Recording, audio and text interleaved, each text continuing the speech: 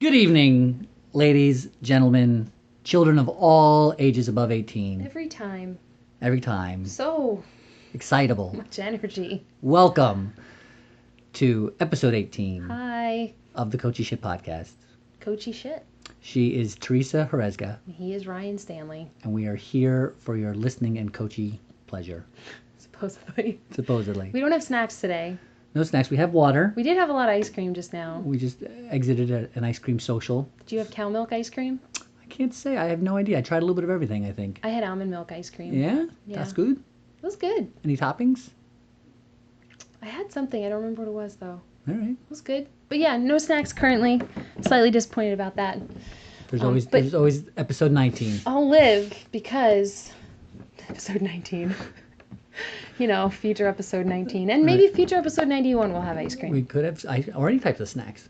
Yeah, it's going to be awesome. It's all about the long game. Funny you should say that, Ryan Why? Stanley.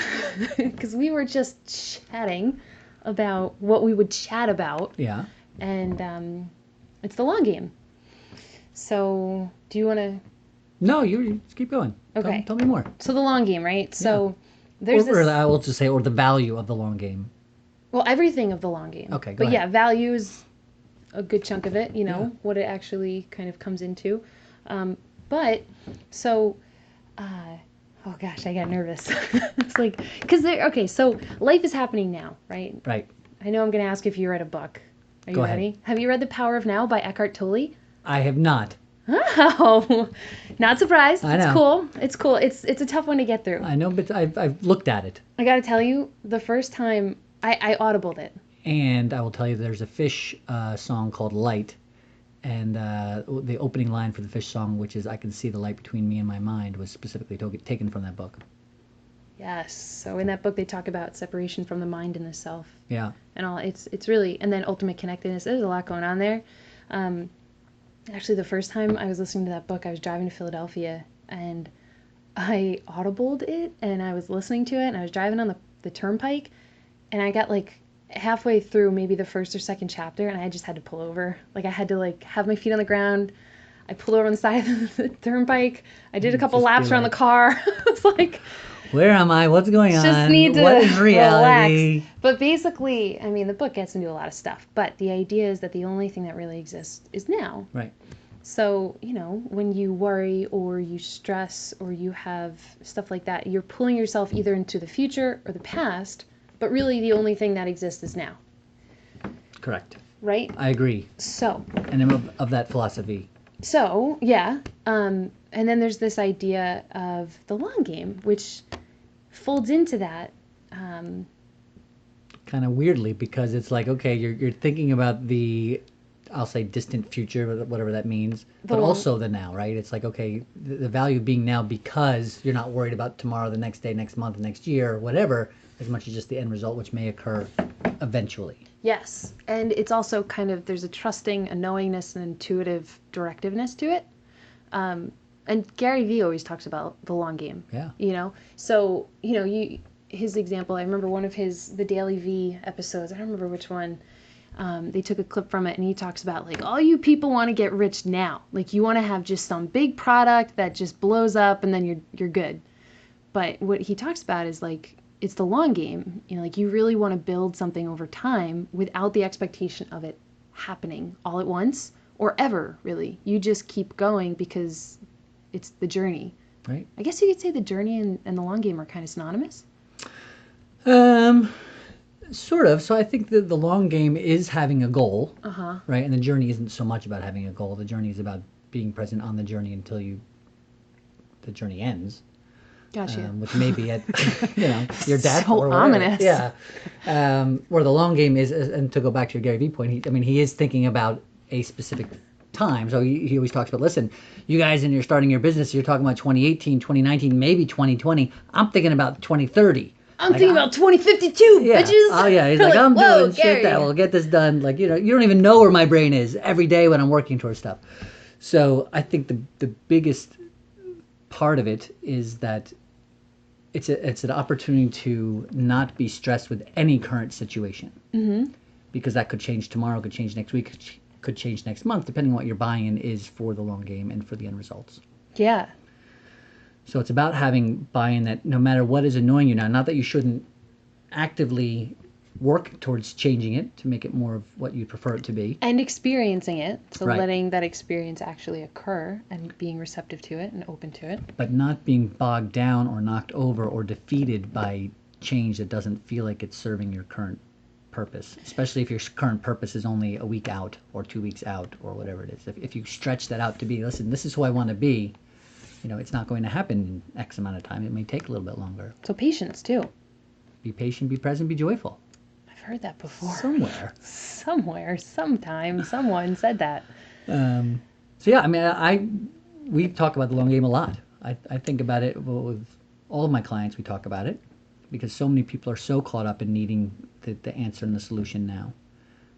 So it is kind of a weird dichotomy of all there is now, but yet it serves me more to think about the long term, like every now between.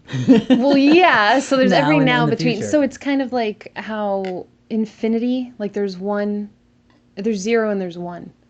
And between 0 and 1, there is an infinity, like so many numbers. Right. It's all those different nows that could possibly happen, Yeah. but they all kind of just keep moving forward. And so I think the cool part is it comes down to deciding what you want your long game to be. Mm-hmm. And then deciding who you want to be in every moment until that. But knowing that that long game is not necessarily going to happen. It can be as long as, could be really long. Like 10, 15 years. Or 2 years. Or 3 years. Depending on, not this week. I had a client yesterday, actually. He asked me, this is like my most dreaded question. It's like, yeah, this is a client too. Right. Because we were talking about vision, like his vision for his life. This guy over, and I think he was in Luxembourg, and he's like, Teresa, he used to call me Teresa. He's like, where do you see yourself in 10 years? And like, I immediately felt nauseous. And I was like, wait a second, who's doing the coaching here? Right. Like, what's up? And it was really interesting because, like, talk about long game. Yeah. Like, to me, that's like the forever game. Right. When you start to even think about it, it's like, oh my gosh, 10 years. Yeah, because I think, like, where was I last year? And granted, maybe I worked in the same company or lived in a similar place or, an anniversary of something passes. But so much changes. And Tony Robbins always says the only thing that'll be different from you now and in 10 years will be the people you met and the books you've read. And I think even just in 1 year, the books I've read and the people I've met and the books I've reread, and they're like totally different books because of the people I've met. Right. And because of the other books that you read. Yeah. Perhaps. Yeah. Oh my gosh. Like I started reading. Remember I told you like I'm done reading new things until I get through what I have. Right. And Finish the shelf. Like, there's like, it's a stack like next to the shelf, right. Next to another stack. And you're so right. Like you'll have one conversation with someone. Like you just read, what did you just read? Way of the Peaceful Warrior. Yes. And I reread that what did I do? I think I reread it again after I finished it. Yeah. And I was just like, well, shit. I forgot all this stuff. No, it's just a different perspective. It's like, no, I remember this happening in the book. Oh, but because so much has changed. Like there's a part in the desert, yeah, where he dies and right. all of time passes and he just experiences the expanseness of the universe. Right. In like a split second. And I read it, I was like, oh, that's weird. And then I read it again and I was like, shit. Like, I get time. That from a completely different place. Yeah, and then you're talking about it, so I can't even imagine like what's going to come out of that. But it was really amazing. Or to even think, okay, so where was I 10 years ago? Oh, I don't know. Wait, how old am I? I'm 29. Right. When I was 19, how old are you? I am 42. Where were you at 32? 32, yeah, it's a very different place. It's crazy. I was, I don't even know where I was. I have to think about it. So, 2007? I know, yeah, wow. Yeah. I was working, and I was the CFO of a title search company. Cold shiver runs through my spine. Title searches for cell tower development. Oh, I remember you telling me about that. It was very exciting. Not necessarily fulfilling, but got the job done. And I learned a lot about business. That's cool. But yeah, so completely different place. But to be honest with you, as we've talked about a couple of times in a lot of different episodes, it's not even just the 10 years or the 1 year or and kind of as you were just alluding to, it's that particular year and those particular nows and those particular experiences. So what my point is like, so 2016 was, in my entire life, my biggest year for growth, I believe. Yeah. And change and everything like that. And so that was just 1 year that so much happened, which has now led me on a different trajectory than I might have been at the end of 2015. Jeez, oh Pete. And so the 10 years from, November of 2015 compared to the 10 years from, now are completely different paths. Yeah. And I'm already, a completely different person.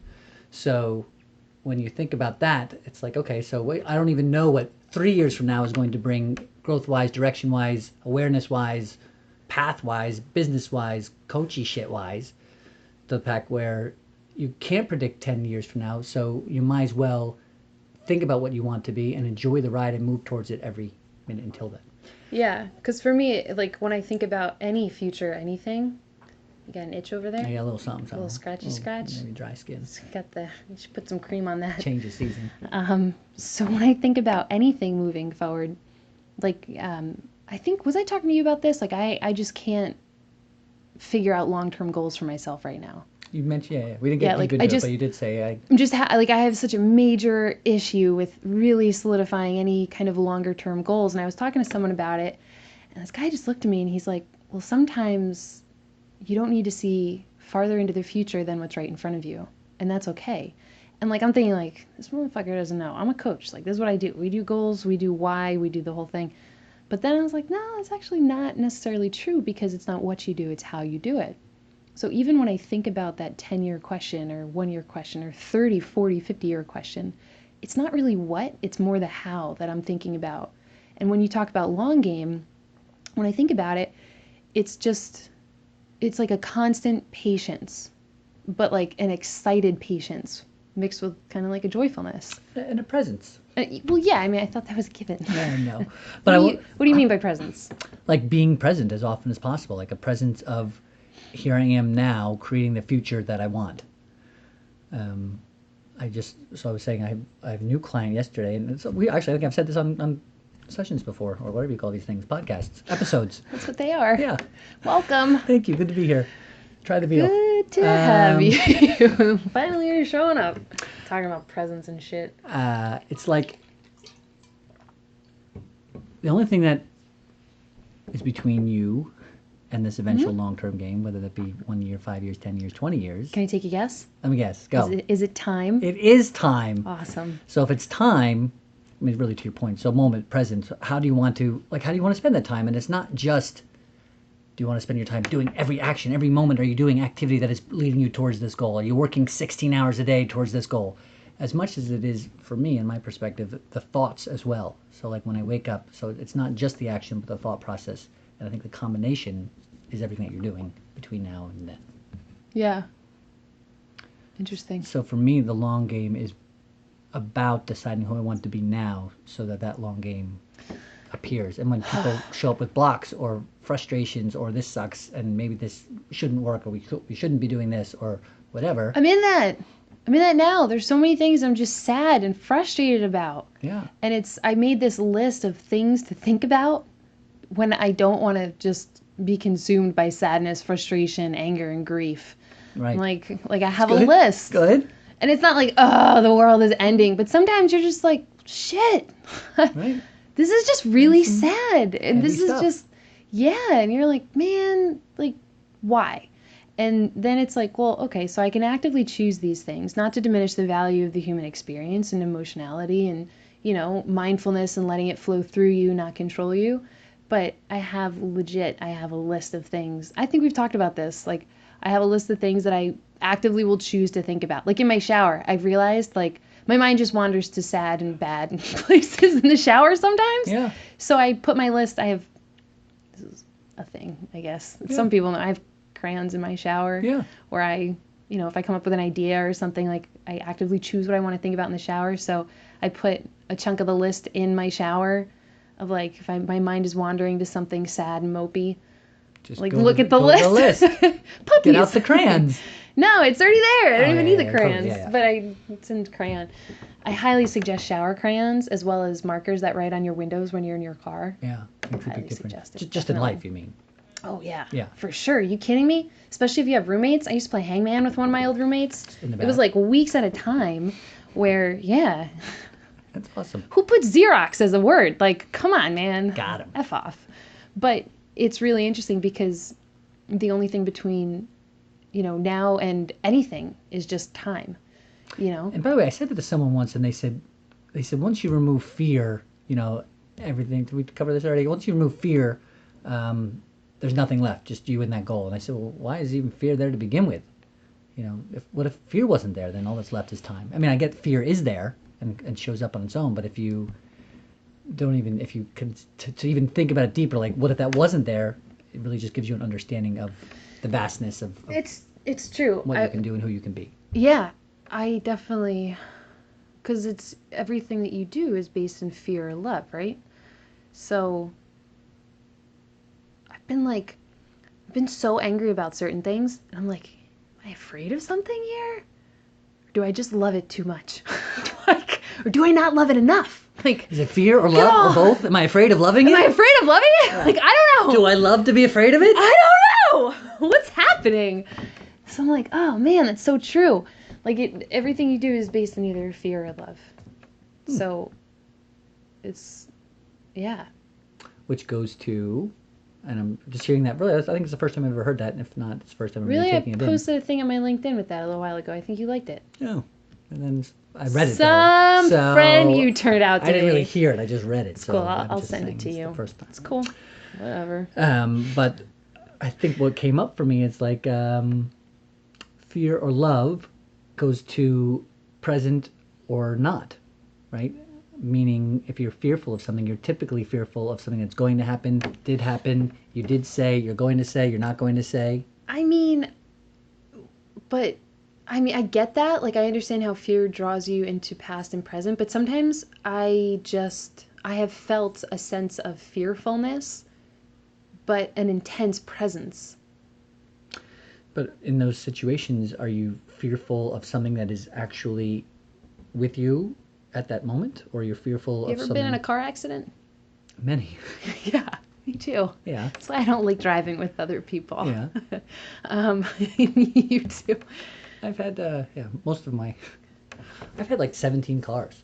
Yeah. I feel like that's a whole other episode. Right. That's awesome. So yeah, so multiple car accidents. Yeah, but for me, it's always like there's literally like you are in a space, and it's not like, oh no, it's coming at me and it's going to harm me. It's just an overwash of fear, kind of like, I guess that's a subconscious attachment to a story, or something like that. But like, it's so interesting that you can be that incredibly intensely present but still have that much of a fearfulness. Well, it's just there in your subconscious. Like, it's my fucking kryptonite. I do not like to drive with other people, especially in the rain. Right, or the snow. And people who are inconsiderate too. The nerve of people. No, like my one brother, let's not get into it. Kill him with kindness, right? Love him. Love him. Love or fear? Love him dearly. But so how's love and fear come into the long game then? Well, you can choose to fear the long game. You could choose to love the long game. I'm just kidding. Actually, there's or you can love to fear the long game. But that's absolutely true. I know you're being facetious, but I mean you can just say, oh, forget the long game. I don't want it. I'm afraid of it. I don't even know what it's going to be. Is it actually? You can come all the reasons why it's not worth your time. Okay, so check it out. Like for me, student loans, that was the thing that was always like, oh my god, these things are going to kill me. I'm a slave to my debt. And then like as soon as I started to realize like, no, this shit takes decades to pay off sometimes. And just because, one or the other might be true, it doesn't make it actually truth. It's what I am considering true for me. So in terms of the long game, it's not saying, oh, I love my debt. I think it really, well, your question was love or fear. I think it comes down to an acceptance, which is based in love. So it's like, okay, whatever. Like I will be making a payment on a student loan forever. And when I took away, I guess this speaks to your question, but when I took away that idea of I need to be debt free right now, as soon as possible, and I have to pay off my student loans, otherwise. Took away the fear of being in debt forever. Well, yeah, it's just like this idea of like, I'm just not free. Like, I have debt. I can't travel. I can't do this. I can't do anything. And I was like, you know what? That's not true. It's just something that is a longer term thing. And like, that was my first, that and even just the experience of college was like, shit, I gotta be here 4 fucking years. Right. I did it a little bit sooner. Yeah. But, you know, this idea of like just coming to the acceptance of, hey, it doesn't all have to happen all at once. And we've talked about this. When you look for hacks, you become a hack. Right. Yeah, I'm a firm believer in that. So like people are like, oh, if you just do it this way, it's so much quicker and easier. But yeah, you have massive gaps and you become a hack. And, you know, I realized like, you know, there are people who, you know, they have debt and they'll stop paying it for a couple months. And then it's like people have floated all these crazy ideas to me, like just stop paying it for a couple months and then call them and then settle for half what the amount is. It's like, morally, like I just don't feel like there's any integrity there, you know. And it's like, all right, when you can it's based in fear. Spend just as much time, you know, thinking about how you want to create abundance, financial abundance, and where you know what your financial situation will be in 3 years, where you could pay the whole thing off in one lump, you know, sum. Whatever it might be, yeah. So it's basically, I think a lot of the long game comes to acceptance that not everything has to happen all at once, and when it does, like I know people who've won the lottery.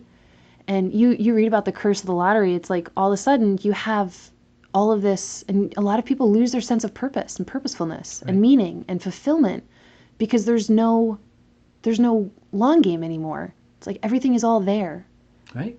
And it's difficult to manage. That's why you see people like Richard Branson or even someone like Garyvee. You know, you work for it, you create it. Continue to work for it. Yeah, and it really is. Your life becomes the long game, period. Not just, oh, this is a thing I'm working toward. It's like, no, the whole thing is this extended game of awesome. I just posted this video to our Facebook page last night. I should probably check it out. Check it out. It's pretty cool. I know you're a big fan of some of the inspirational stuff that Jim Carrey does. A couple different people are in it. He's one of them. And I'm a big fan of him. He just talks about like just playing. He uses the word playing play. the form. Yeah. I have a sound clip of him. It's like 4 minutes long, and I have it on a loop for like 6 hours, and I just listen to it. Yeah. Yeah, I'm sorry. I got really excited. No, that's okay. So it is. So it's about playing. So that really spoke to me. In fact, on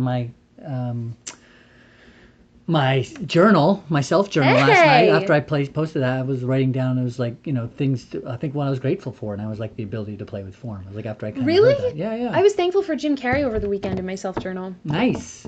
Yeah. I gotta send you that. I think I have sent you that clip. But yeah, playing with form. I mean, that he does talk about that. I mean, what are your? I think so that's what it is. It's like, okay, so the long game is creating that. I forget what you said like literally a couple minutes ago, but it was something that grabbed me, and it was like, okay, so if I'm not fearful and I'm filled with, if at any moment you find fear, I guess there's a point in asking, is that the long game? I mean, I'm curious if there's a trigger there, right? To say, okay, am I thinking about the long game, or am I more concerned about stresses that are happening now? Well, I mean, I really come to the conclusion that anytime you feel fear, victim, anger, any type of that, any fearfulness, period, anything ego-based, period, that's the short game. Right. And granted, like, I like to think I'm woke as fuck. Right. But, like, it's so human. Like, I was pissed off yesterday about something. Yeah. And I was like, oh, just be a decent human being and don't be angry. Don't say anything you don't mean. Like, stop it. This is your life. You got years in. You got years ahead of you. Tomorrow's going to happen no matter what. Sun's still going to rise. Next year's going to happen. The next decade is going to happen. This is not going to matter.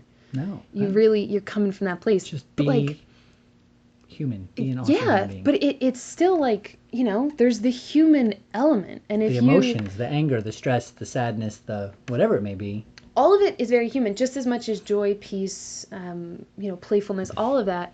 So it's like one of those things where you're like, I know, and I'm aware of it, but it's just there, and right. like. But here's the great news, from my experience anyway. What, it doesn't last forever?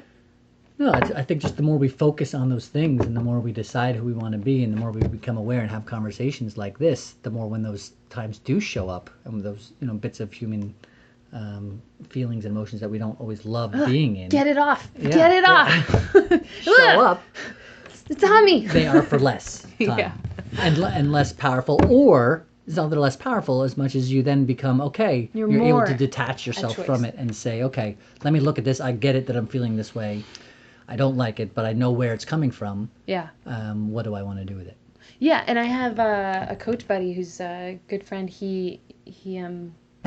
I just had a very traumatic experience when I first started the coaching program. Maybe Yeah. I was halfway through. It was just really something pretty like just devastating happened. Yeah. And I remember he called me at a time, like at the time that it actually happened, like right after I got the news, and I was just broken. And he said the most poignant thing. He said, Teresa, you know, you can be wherever you are. You know, be sad, be frustrated, be angry, be whatever. You have to be on some levels. But it's up to you how long you want to stay there. Right. And I thought that was like the coolest thing. Even now, like I'm still understanding that. Yeah. Because there's some things that, and I feel like sometimes to let it go, you have to figure out why it bothers you so much. You know, I think that's why coaching is so interesting. Not necessarily, you know, the therapy more looks at patterns and habits and, you know, things. And it gets into the why, I guess. But with coaching, you really start to understand, you know, what is this? Like, what is the belief? What's the value that this is hitting up against? You know, because it has nothing to do with the other person. It's all to do with me, with Right. you. Right. Always. Yeah. So you kind of, when you put that in perspective of the long game, so I started seeing someone and they're like, you know, this is a long-term engagement, like with coaching, they're like, this is a long-term engagement. And I was like, I'm not going anywhere. Like, Right. I'm in no rush to Right. get to where I'm going. I'm enjoying the process. I am speeding up to slow down. Yeah. Like, yeah. That's actually why I'm here. Yeah. Right. So I don't know what your thoughts are on that, but like, that's kind of how it circumvents for me No, I when it agree. comes to the long game. I think, again, it's like be present as often as possible. Dream big. Know big dreams sometimes take a day. Sometimes they take a decade. But if you're focused on who you want to be until that dream arrives, then that's really where it shows up. At any time you get stressed about where you are, you can use the long game as an option. It's like, well, how does this play into the long game? Is this a long game vision? And maybe for another time with 3 minutes left, we won't get into it. But my question that suddenly pops up, it's like, we've even discussed this. Like, so when does the long game become, okay, Give up. yeah, it's not give up. It's like, this is not my dream anymore, or this is not my goal anymore, or this isn't working the way that I really wanted it to. Am I giving up, or is it, or is there still a long game to be had? So that's kind of where The extra long game. that's where the fun stuff starts to come in. It's Overtime. like, yeah. Yeah, well, I'm starting to realize, like, it's with everything, right? So like, there are things that like I dipped into as a kid or was just mildly exposed to that I thought was really, really cool and really interesting, and then all of a sudden it just pops up in my life now, like even people, Right. and it's like, holy shit, like I didn't really expect to see this or you or whatever Yet here we are. ever again. Yeah, like the universe works in mysterious and funny ways. Yeah. So what's the long game for you? At this point, I think the long game is so much. I mean, so I've got the long game. Really, it's interesting because the long game, to be honest with you, is a combination of the present and the future. So there's a lot of very logistical, like, hey, things I want to, like my movie. I wrote a screenplay. I definitely want to get that done. Mm-hmm. I wrote a book, so I want to publish that. I'm in the process of writing it. I've got some other particular long-term goals that I'm not in a hurry to get done. But I think when you first asked the question, what's the long game for me? My immediate went to is the long game is to be able to be present all the time, and to have more control over my emotions and all the things that we kind of talked about, Sure. and to have those things not affect me, have more control over my awareness and who I want to be in any given moment. Yeah. So that's my real long game. But I mean, I feel like it's one of those things we talked about earlier. That long game could be a month, 2 months, 3 years, 20 years. I mean, you're growing and learning as you go your entire Yeah. life. Don't get me wrong. And I'm not the saying, thing I'm is, just going to be, but sometimes when you think you got it, you don't got it. Not even close. Yeah, something happens and you're like, I was so good for so long. Yeah. And here we are. And all of a sudden, right back where I started. I'm throwing cheese across the deli counter. This is not Swiss. It's the, what do they call it? Lacy Swiss. I don't know. You ever have that? No. It's so good. There's so many holes. It's literally like lace. So lacy. Get it thinly sliced? Yeah. For our listeners out there. All right. Lacy Swiss. Lazy Swiss. Not lazy. No, definitely. Stay away from lazy Swiss. It's the worst. I think we're out on that. So we run it? All right. High fives all around. Go team. So, what do you want to leave it with? The long game in particular? Just like something for the crew? No, life is a long journey. There's no rush to get anywhere at any time. I would say, yeah, decide who you want to be and go be it. And know that it might not happen in a day, a week, a month, a year. But as long as you're steadfast. Some of the chunks of Stoicism, they talk about like resolute action now. Everything now, like right. Decisiveness now, action now. Do it now. But in all, yes, Get sure. to the chopper. But in all seriousness, it's like, do it now. Yeah. Because whatever now is happening, it's building the foundation for the next now. So every decision where you're hemming and hawing and it's like, who the fuck do I want to be? I don't know. I always go back to it. Like, you cannot commit to your bullshit and your growth. Right. So right now, whatever decision you make will set you up for that next now. Pick one or the other. Yeah. So two things. One of them is I have an I am statement that is just do it now, do it now, do it now. It's kind of almost like it's putting that thought into my mind. Sure. But second, the other one is any times I have moments of fear or concern, or I've got this one little voice that it comes in my head and just says, keep going. And so for me, that's a little bit of a long game as well. It's like I'm not going. It's a voice for you. For me, it's just like, yeah, fuck it, let's just go. No, whatever. I always just say keep going. It's a feeling for wow, just interesting. Keep going. Cool. And the reason I put that so that I never really equated to the long game until just now. But it's like, okay, that just keep going. There's no end result. It's just keep going. Like whatever you're doing it, and you know what you want. You know where you want to be. You know who you are, and you know who you want to be. So keep going. You're not doing anything wrong. You haven't done anything wrong. Keep going. Yeah. That's a long game. You know what? I know we talked about musical recommendations. No, and I kind of feel like so to our listeners out there, I had a turgid conversation with Ryan earlier. I was like, yo, man, we can't just do a band. I mean, every band has so many songs, and some of them are so poignant. And for me, like, there are certain, like, artists where I have, like, 3 or 4 songs. Like, literally, I told you when I went to see it, I don't want to tell you who it was, but, like, I was just so emotional. I was like, oh, my gosh. Like, they're here. And it wasn't, like, starstruck. It was, like, I connect so emotionally, so deeply emotionally to this song. Like, I've never cried at a concert until this summer. Right. And I just couldn't. My eyes just kept leaking from the corners. So I almost feel like we'd be doing a disservice by just saying, like, last week it was Ingrid Michaelson. She's got so many beautiful pieces of music. But then Ryan's retort was, well, what if we suggest a song for somebody and it's they think it's a shitty song and they get turned off? Or doesn't speak to them and they're not really getting, the... That's true. The width of the repertoire of the artist. Oh my God, breadth. Yeah. So I mean, I'm just going to leave it open-ended. What do you want to do? Nice. I think, I had written down a list of songs, but I forget what they are. I'm so excited to show up here and talk about the long game. But don't worry about the long game. Next week. Whatever. Next week we talk about. I'm going to go with TV on the Radio is a band that I am recommending today. Okay.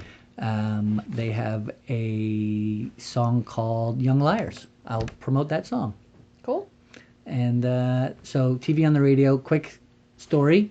I went to high school with one of the guys who's in the band. Of course. And Ryan also went to high school with Garyvee, by the way. I also went to high school with Garyvee. Like what? And but anyway, super cool guy. His name's Kip.